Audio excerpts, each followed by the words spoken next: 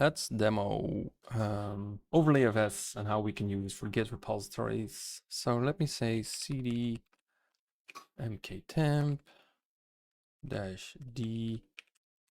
Right, first we create a base directory base dir base. Then, so this is basically our repository. So we would have all the Git directories and all the stuff in there. Then we create some directories for the first transaction. So mkdir. So tx1, we have a -.work1 because we don't care about it. It's just a bookmark, bookkeeping directory that the overlayfs uses. And then we also have merged1, which is basically the results, is the working directory for that first transaction. So if we would create a file base, base to base -base 3, then we have a base file in our base directory. Now we can use overlayfs to make that file visible in a transaction. So we create sudo mount -t overlay. We have to say overlay again for some reason. Then the options, the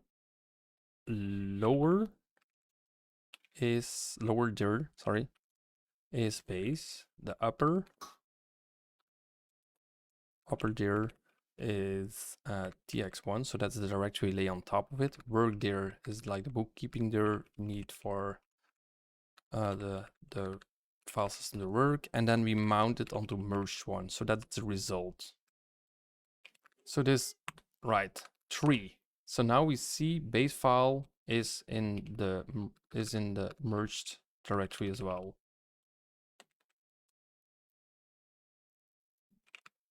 I keep forgetting my number. All right. So if we create a new file, echo 1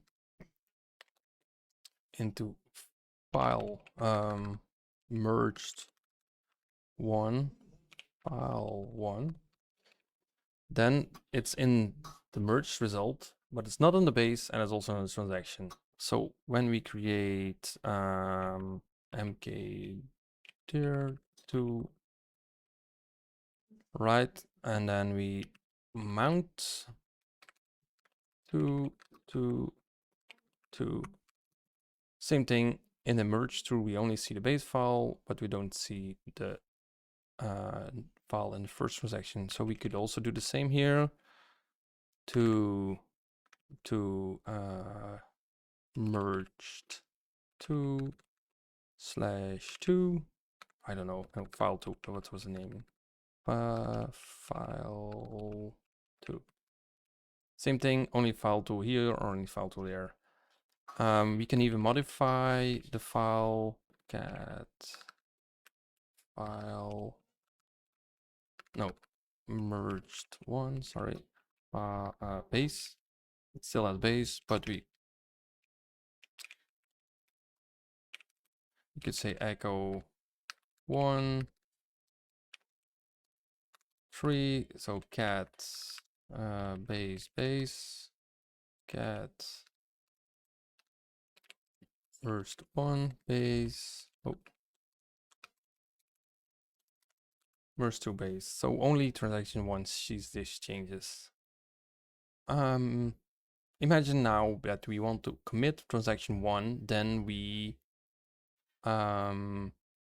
cannot propagate the files up from transaction 1 into the base repository yet, because otherwise transaction 2 will see them. So if you would echo other into base new, then we see it's also visible in the merge result of 2, and that's not what we want. So to create a new transaction while other transactions are still happening on a base layer that's not fully applied yet, we can do the following trick. So let me first create a directories, mk, so transaction 3, mount 3, but the difference here is we say colon tx1. Let's try again. Okay, so 3, Yes, so in merge tree of a base file 1, node 2, yes, cat merged tree slash base. That's 1. Anyhow, so now transaction 3 can do the same thing without intervening with transaction 3. So we can say, or transaction 2. So we can say 3 merged 3 to file 3.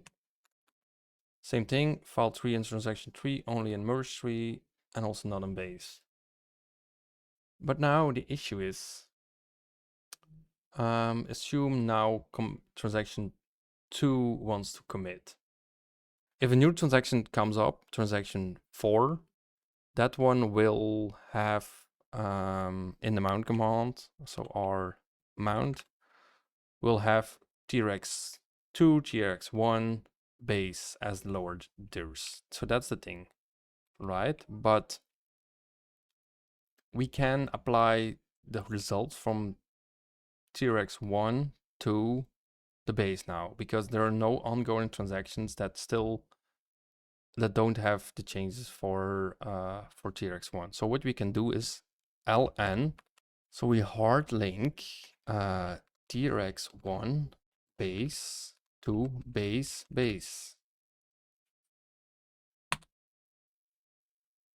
I guess we just have to do force. So this doesn't change anything. This only changes, so there's only one transaction going on now. Like we consider transaction 2 committed, we consider transaction 1 committed, only transaction 3 is ongoing and it has its own overlayfs for it. So nothing's changed. Normally, if you do a cat on merge 3 base, we still get 1 because that was what was the result. So for each file in TRX1, we can copy it down into the base. Wait, let me just first cat merge 3 file 1. Yeah, that's the same. So file 1 into base file 1.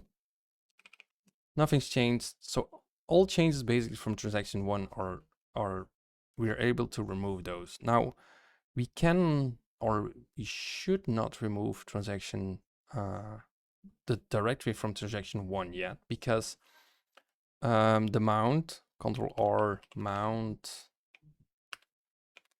it's still using TRX1 here. So as long as there is some transaction going on with a layer in use, we cannot remove it. If we would remove -rf tx1, then our merge result breaks. So it doesn't see anything yet because it's in an invalid state. So that's the basic idea. So normally, that's how you choose your layers, which you stack on top of each other, and you also keep track of which layers are still needed and which layers can be copied down, because you know which transactions are going on, which transactions which have which results and stuff like that.